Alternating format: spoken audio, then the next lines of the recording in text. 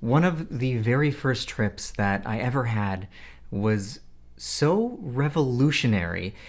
It was almost as if a giant asteroid collided with my body and it impacted, leaving a hole so gaping big that just anybody walking by could peer in and see through to the other side of it. Had that blast wave that went and knocked down all the trees and all the buildings and all of the little vegetation and shit that had popped up and sprouted on my skin and that had made its home there.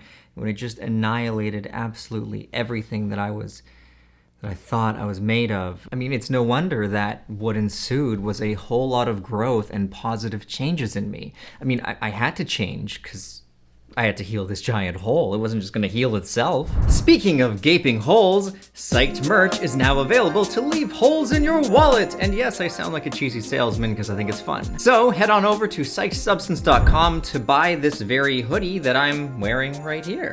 But to be clear, you guys should know that I've only just placed my bulk order for the shipment today actually, meaning if you go and order it today, it's more like a pre-order because I can't ship them out until I actually receive them, which will probably be in about 2 weeks or so. And just to be clear, we have only bulk ordered 300 of these, not to mention the first 300 people who pre-order one. Well, you guys are going to get a special little memento in your box personally from me. So to ensure that you do get one of the very first 300 and that memento, make sure you go to psychedsubstance.shop and place your pre-order for one of these hoodies right now.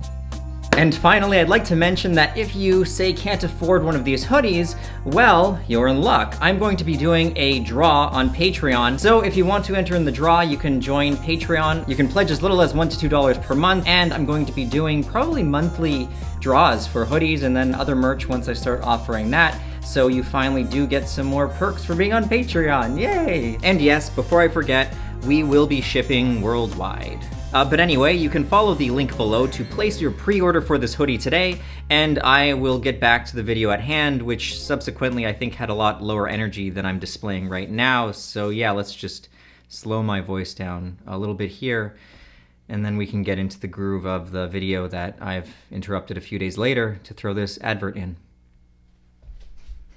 Looking back, given the effect it had on me, I don't blame myself for believing that had anyone tried, say, the same dose of the same compound that I had tried, well, I believe that the exact same asteroid would impact them. But now, 5+ years later, definitely, beyond the drug honeymoon phase, I'm now starting to see that my initial reaction to believing these compounds could heal almost anybody, well, I was kind of wrong.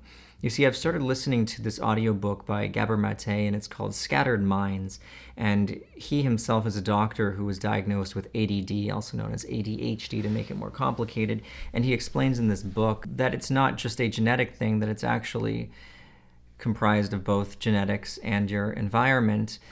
And you need both of them in order to experience ADD. And for those of you out there who don't think ADD is a real thing, well, all you have to do is take note of how I just completely diverted from what appears to be the topic of this video and started talking about ADD. Now, I am going to connect these two threads. I just haven't finished, stabbing the needle and pulling it through. So, to tie these loose ends together, I've completely lost my train of thought. Ah, that's right, I got it. In his book, he explains how a lot of people who have ADD are actually hypersensitive. They're super feelers. An easy example is a father is yelling at his daughter, and he's clearly not yelling. Maybe he's speaking firmly, but the daughter might respond, and my own daughter does this to me all the time, because she's a hyperfeeler. Dad, stop yelling at me. Please stop yelling. And then, of course, the father would reply with, what do you mean? I'm not yelling. I'm just talking normally. Now, a hyperfeeler is sensing everything underneath the surface. They're picking up the mood of the father while they're speaking.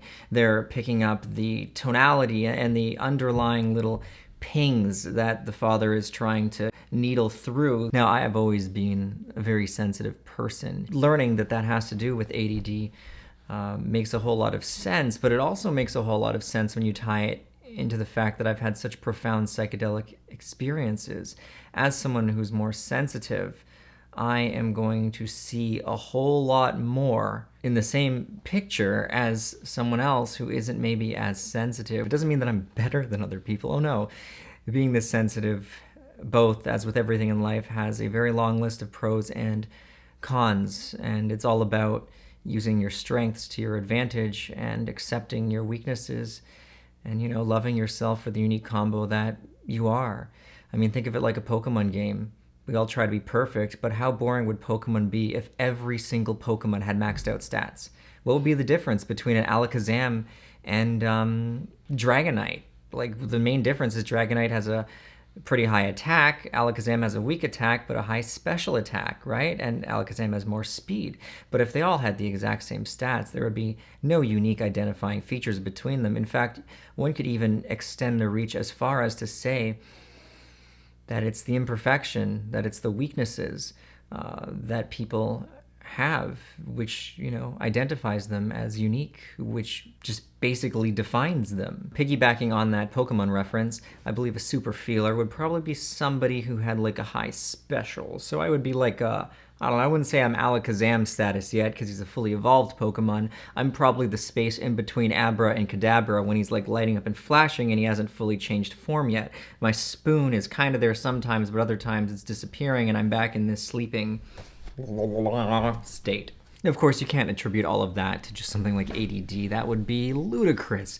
So what I would like to do is just suggest, basically speaking to myself here, that part of the reason why I had such life-changing psychedelic experiences in the early days, well, it wasn't just because I arrogantly took massive doses that had more potential for harm than good. I thought it would be recreated if you give someone else that same high dose, but the longer I've been down this psychedelic path, the more I've learned that not everyone's going to have that. What is going to drive the end results of a trip is going to be your intent. If you trip with the intent of healing and say you're asking deep questions like shit like, what is time? What is the meaning of life? Why the fuck am I here? It's definitely going to help you have an insightful journey. I've said it before, they are kind of like tools that use you. Well, you kind of use each other. It's a tool that you're using, but it also can only use within your own mind what it's given. If a person is lacking the proper gear to go scuba diving, it's not, well, then it actually might just throw them in the deep end and they'll just drown for a while, and that's fucking scary. Yeah, but if they had that gear, then they might have actually been able to traverse down into the depths of their own mind and unearth some very profound relics. Psychedelics are just, it's one of those things where it's not going to be the same for everybody. A lot of people have speculated in the past that if we did something like take acid and throw it in the water supply, then that would, wake the world up. But I would argue that it would just cause, for the majority of people, to have a really terrifying trip, and it would just be really confusing for them. A lot of people aren't going to wake up if they don't have the intent themselves to want to. What I was also wrong about is even sometimes when people do want to have a profound life-changing experience, even if they do have the intent, there's no guarantee that, say, taking 2 or 3 tabs of acid is going to give you what you seek. I think it's also important for me to point out that as someone who's had a great deal of psychedelic experiences myself, it's not like every single one of them was life-changing. I think what it comes down to is one of the reasons why not everyone who trips has those mystical, life-changing experiences is because of the society that we live in and the life that they have to go back to. Anytime I've had a life-changing experience, it faded. I mean, I still remembered some of the key takeaway points, but the real feelings and the emotions, they did fade away. And what sped up that process was returning back to this very ill culture. It's designed to close you and to have you thinking a very different way than these experiences have you thinking. They unplug you from the matrix. But in our society, it's not the same as in the movie. When you're unplugged, it's almost like 100 people run over and grab that cable and they try to force it back into your head, and you might be squirming and struggling, but eventually they're just gonna pile on you like in a football game and they're gonna shove that fucking thing in. I largely believe that in order to have the profound effects last longer and to have them create permanent true changes, you would have to find a way to leave this society. Or at the very least, you're going to have to live a very secluded life and limit the amount of outside information that makes its way through to you. Alternatively, there's an easier answer. It's almost like you have to continuously trip to keep yourself unplugged, like almost as if they're maintenance doses. For example, when you work out and you get like really buff, if you just stop, the buffness is going to fade. You have to keep working out, even at least just to a maintenance level to maintain the muscle. I believe the same can be true for psychedelics, but that's very controversial, and I almost don't want to include that in the video because I don't want to be telling people to keep tripping. Because in the same light, that can be dangerous, especially if you don't feel like you're in the right place to do it and you're forcing yourself to do it just to stay woke. Well, that's actually something I have a lot of experience with, and that's why a lot of my own trips started to turn dark, because I was forcing myself to do it when my body was actually saying I needed a break. But that's something I've already talked about, and that's for another video. Anyway, if you guys enjoyed this video, make sure you leave it a big thumbs up.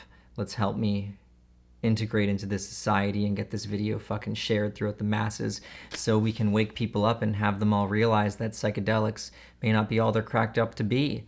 Maybe there's not so much to be afraid of. Maybe all these people who say that if you trip on acid or if you smoke DMT, you'll never be the same again. Well, maybe there is a way to do it and be the same. And hey, if that gets more people to realize that these compounds are medicines that can be used to heal and not drugs to, be used to destroy. Well, if that gets your foot in the door and we start seeing some changes and get more people healed, then great. Let's take the counterintuitive approach, guys.